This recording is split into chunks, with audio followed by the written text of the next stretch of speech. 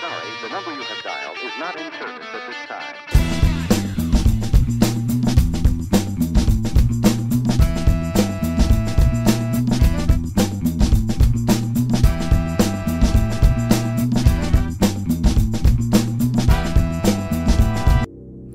Bonsoir à tous, bienvenue en direct sur GITV pour vivre l'implantologie en direct. Je suis très heureux de vous retrouver comme chaque mois le lundi soir en direct de Nice.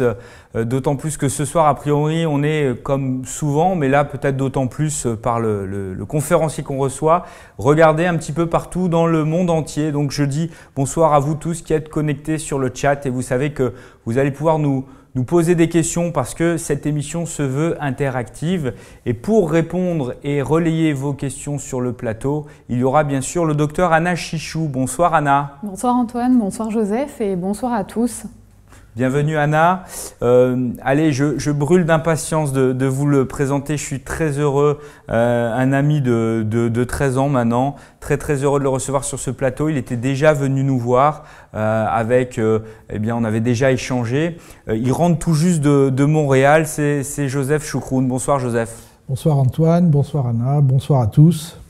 Alors Joseph, je vais te présenter. Ce soir, on va parler bien évidemment d'Advanced PRF, c'est-à-dire d'un nouveau protocole de PRF. On va essayer aussi de comprendre comment et ce que peut nous apporter le PRF dans nos chirurgies, nous implantologues et nous qui faisons de la reconstruction osseuse et de l'implantologie dentaire. Et je voudrais te présenter, alors on se suit depuis longtemps, alors on va dire que tu es médecin anesthésiste bien sûr, spécialiste de la douleur, maintenant tu es même plus spécialiste d'ingénierie tissulaire.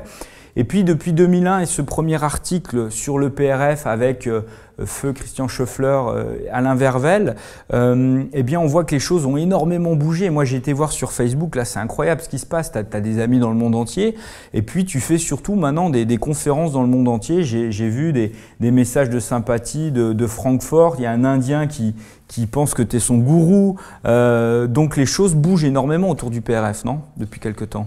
Oui, ça bouge énormément. Bonsoir à tous.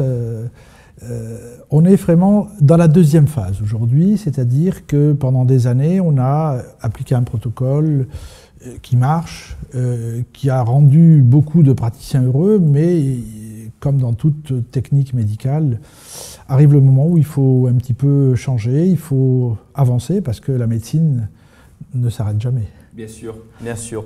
Alors, on va le voir, au départ, on a eu donc un premier article en 2001. Alors, moi, je voudrais simplement rappeler aux gens, beaucoup se plaignent que les Français ne publient pas.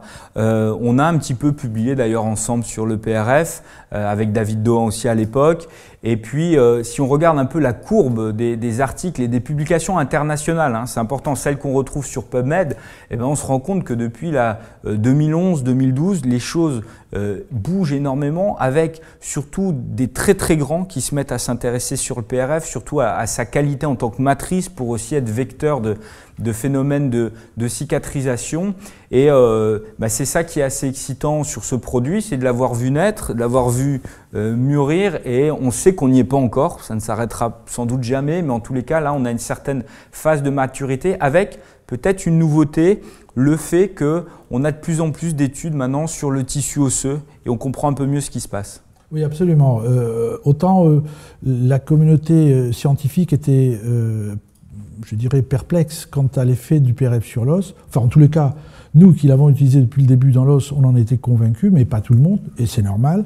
Mais aujourd'hui, l'immense majorité des articles qui sont publiés le sont sur l'effet du PRF sur le tissu osseux. Et donc, aujourd'hui, c'est une consécration, c'est clair. C'est clair. Alors avec Anna, on a regardé rapidement, on vous a sélectionné 6 articles. On n'a pas le temps de les voir, mais un premier article de Özdemir qui montre que le PRF sous des mèches de titane pour reconstruire de l'os sur l'animal marche aussi bien que l'hydroxyapatite bovine, PRF seul. Un article de Gastling extrêmement intéressant. Et ça, j'aimerais avoir ton commentaire là-dessus parce que l'idée, c'est de dire est-ce que le PRF sur des volets latéraux dans des comblements de sinus pour fermer cette fenêtre osseuse fonctionne aussi bien qu'une membrane de collagène. Et Gastling, avec cette étude en bilatéral, c'est-à-dire un côté membrane de collagène, l'autre côté PRF, donc une étude très puissante, montre qu'il n'y a pas de différence. C'était dès le début mon sentiment, en tous les cas clinique. Je n'avais aucune preuve scientifique. C'était que lorsqu'on utilisait du PRF pour protéger les fenêtres, les comblements sinusiens, on avait à la réouverture un aspect tout à fait comparable à celui qu'on obtenait avec une membrane collagène. Et effectivement, il a fallu attendre presque 12 ans pour que cette étude qui a été faite à Kiel, dans le nord de l'Allemagne, et en fait j'étais allé voir cette équipe il y a presque 10 ans maintenant, et on a commencé à travailler ensemble il y a 10 ans, mais c'est toujours très long pour faire des études bien contrôlées, humaines, etc. Mais c'est juste pour dire qu'en fait, la membrane de PRF qui met à peu près une quinzaine de jours à se résorber, elle n'est pas très loin de la résorption d'une membrane de collagène classique qui est entre 2 et 4 semaines. Donc finalement, entre 2 et 4 semaines, il n'y a pas une grande différence. Et je pense qu'elle est là la réponse, c'est qu'en fait, la protection... Avec un périos sain, bien sûr, oui, qui n'a pas été... Exactement, qui n'a pas été incisé, etc. Sûr. Mais attention, je n'ai jamais dit que j'utiliserais du PRF pour couvrir une ROG, notamment lorsqu'on utilise des substituts minéraux non collagénés comme l'os humain. Donc il y a quand même une limite à l'effet. Il y a des indications. Celle de la fenêtre sinusienne en est une bonne. Alors, autre étude très intéressante, celle de Kim, hein, tu vas en reparler un petit peu. Alors là, on a d'un côté PRF avec du phosphate tricalcique, de l'autre PRF avec BMP, et on se rend compte que finalement, le côté avec PRF fonctionne mieux que le côté avec BMP. Alors, on attend après, on en parle après, mais c'est quand même quelque chose d'intéressant. On peut déjà juste expliquer qu'en fait, l'explication de cet article qui est très intéressant, c'est qu'en fait, aujourd'hui, la communauté scientifique explique que le protocole utilisé par les praticiens, les chirurgiens, que ce soit orthopédiques, maxillofaciaux ou dentistes, qui utilisent des BMP du commerce, sont dans l'erreur. C'est-à-dire que mettre une quantité de BMP comme ça dans un site fait qu'on ne va pas retrouver grand-chose peu de temps après. C'est-à-dire que, à mon avis, le PRF, par son effet de longue durée, voilà pourquoi il est plus efficace que les BMP. Ce n'est pas que les BMP ne sont pas efficaces, c'est que la manière de les utiliser n'est pas bonne. Et puis sans doute donc un peu de... Hein, on l'attend tous, des BMP pour pas cher, on va dire. Oui, exactement. Exactement.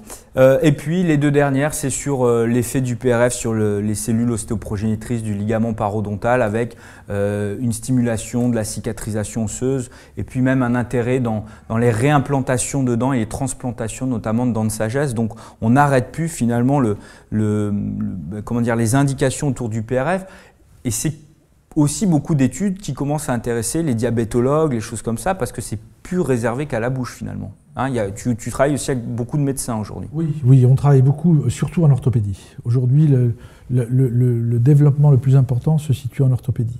Parce qu'ils ont, en fait, on se rend compte de deux choses, c'est que d'abord, les orthopédistes savent moins manager une greffe que les dentistes. Alors c'est une grande surprise. C'est des grands chirurgiens, hein, je ne dis pas, mais ils ne savent pas gérer une greffe. C'est-à-dire, en fait, eux, ils remplissent. Alors que les chirurgiens dentistes, ou les paros, les implantos, ont une façon de faire qui est beaucoup plus, je dirais, plus rigoureuse et plus scientifique, et donc plus biologique. Et en fait, on se rend compte qu'en orthopédie, il y a énormément d'échecs à cause de ce défaut de protocole.